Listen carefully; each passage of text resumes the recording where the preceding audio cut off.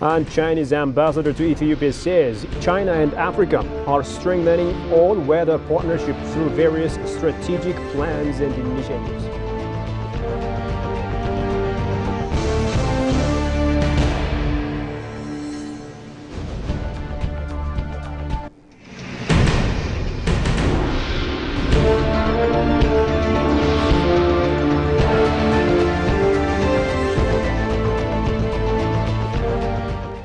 Greetings, ladies and gentlemen. A very warm welcome to EBC World with me, Shfaraulaka, and thank you for watching us.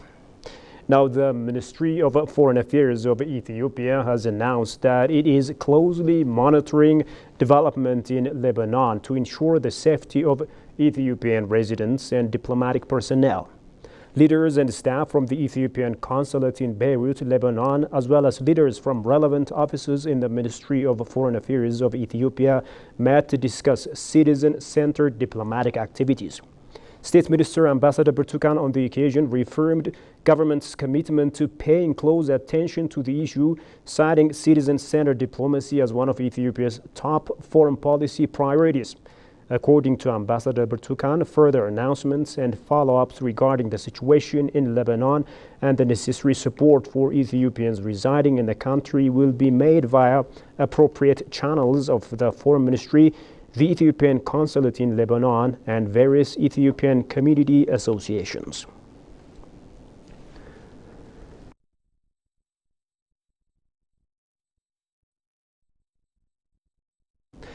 Moving on, the American political and economic analyst for Africa, Lawrence Freeman, says Egypt has long-standing problems in recognizing and working with Ethiopia to bring collective gain over the utilization of the Abai waters.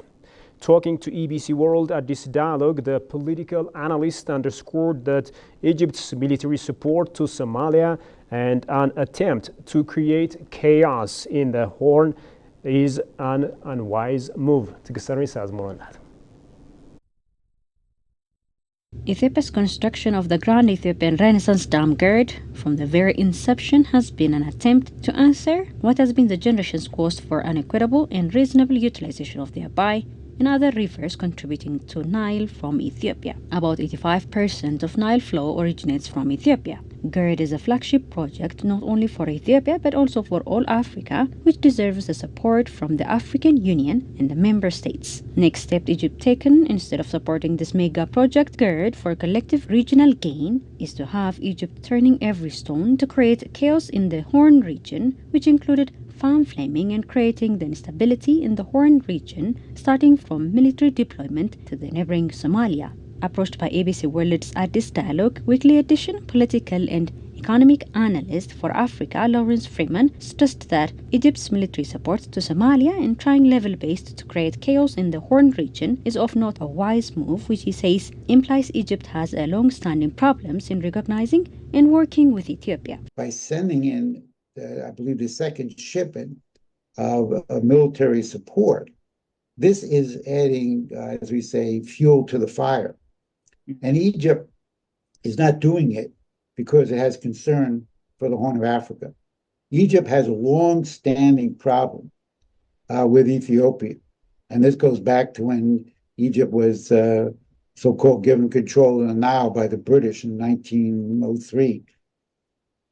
They have a long-standing problem with recognizing and working with Ethiopia in terms of regional and actually continental African development. And they unfortunately have imbued the geopolitical mentality of zero-sum game. And they believe that they have to put down Ethiopia to maintain their hegemony. And this is really foolish thinking. This is the way the imperialists and colonials think. This is the way the rules-based international order think. So they are adding, complicating the situation. They're making the situation more dangerous. And they really should step back and think about what is beneficial. Freeman further disclosed that Egypt's colonial viewpoint makes the country and other allies of it to manipulate Somalia. And I was describing the fact that, unfortunately, Egypt has adopted a colonialist viewpoint or a viewpoint of the rules-based order that Ethiopia's growth will diminish their hegemony or their believed hegemony in the region. So they are using Somalia and manipulating Somalia for their own gains. Now, the question is that the only policy or the only people intervening into the region? And I would say no. You have outside forces.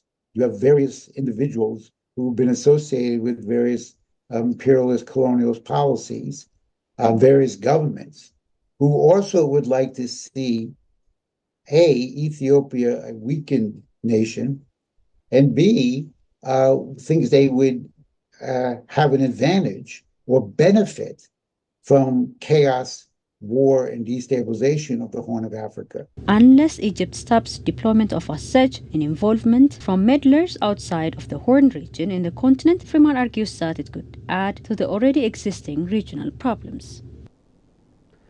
The 75th anniversary of the founding of the People's Republic of China has been marked in Addis Ababa, featuring several events.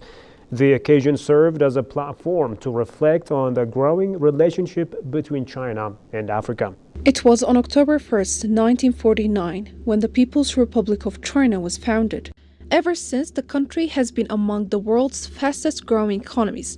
Furthermore, China emerged as the biggest bilateral partner to Africa, as it has provided African countries with a new source of infrastructure and investments. The 75th anniversary of the founding of the People's Republic of China, organized by the Embassy of China in Ethiopia in collaboration with China Mission to the African Union, has been marked in the capital with several events.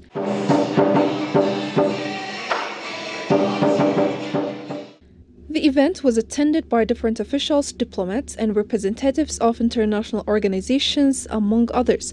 Speaking on the occasion, former President of Ethiopia, Mulatu Teshome, pointed out the growing relationship between China and the African continent. We are proud to have a friend like China, and we in Ethiopia share the joy of the Chinese people on the occasion of the 75th anniversary of the founding of the People's Republic of China. China and Africa account for 1/3 of the world population. Without our modernization, there will be no global modernization. Africa, as a continent home to most developing countries, can and should never be left behind in the trend of globalization and development. Talking to EBC World, the Chinese ambassador to Ethiopia, Chen Hai, said China and Africa have been strengthening their all-weather cooperation and partnership through various strategic plans and initiatives. And the last 75 years marks the tremendous development of China, and also the development of China-African relationships. And China-Africa friends, partners, and brothers. We treasure relation with Africa very much, and particularly since I'm ambassador to Ethiopia, China and Ethiopia established the all-weather partnership. It's very important.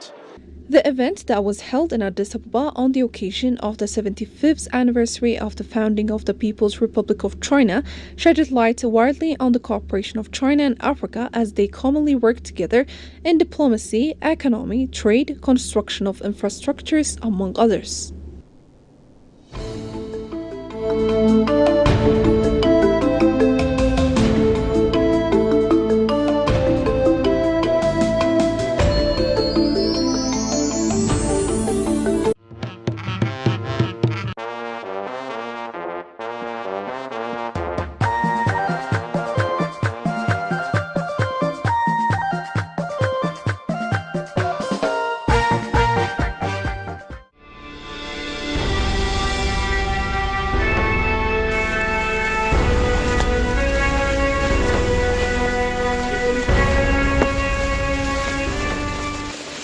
በጣም ገብተን አንድ ቀን ሁለት ቀን አንወጣም፣ 4-5 ቀን እዛ አድረን ነው።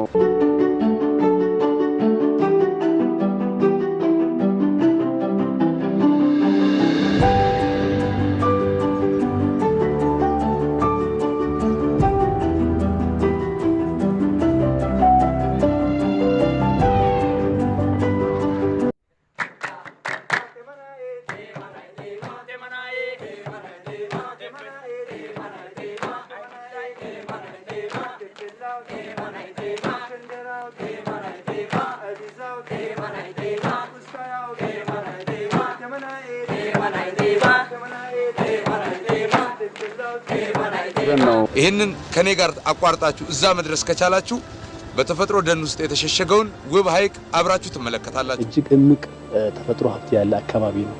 ሐይቁ ዳርቻ ነው የምናድረው። ምሽቱን እሳት እናነዳለን። ጥሩ ጊዜ ይኖረናል።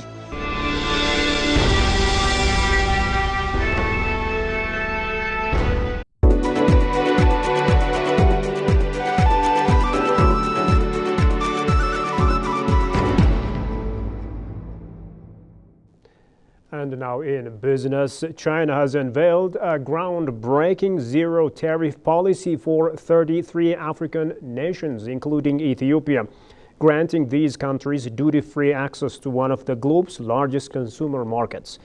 This significant announcement was made during the 2024 Forum on China-Africa Cooperation, and it encompasses all goods from the participating nations, heralding a new era in trade dynamics.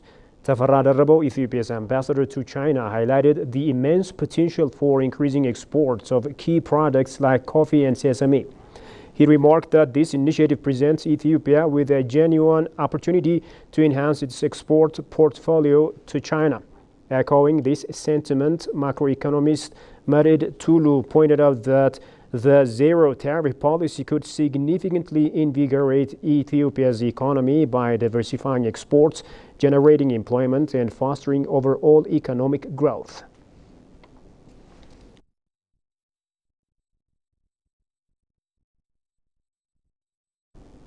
And finally, Ethiopia's Ministry of Finance and the World Bank have signed a financing agreement for the implementation of the governance modernization to enable efficient service delivery project amounting to $70 million in the form of a concessional loan.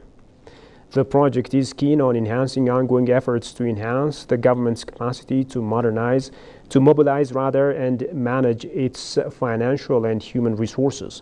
Accordingly, the first component of the project will support in improving public administration management capabilities through transitioning toward a data-informed approach to human resource management, developing competency-based recruitment and management processes, and addressing civil servant capacity building.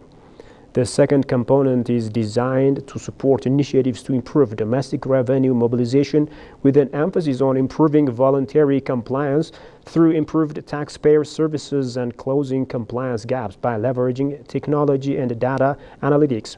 The third component will advance public financial agreements by scaling up digital solutions, addressing critical process deficiencies across the public financial management cycle, supporting the rollout and enhancement of electronic government procurement system, and support the professionalization of accountancy and procurement functions.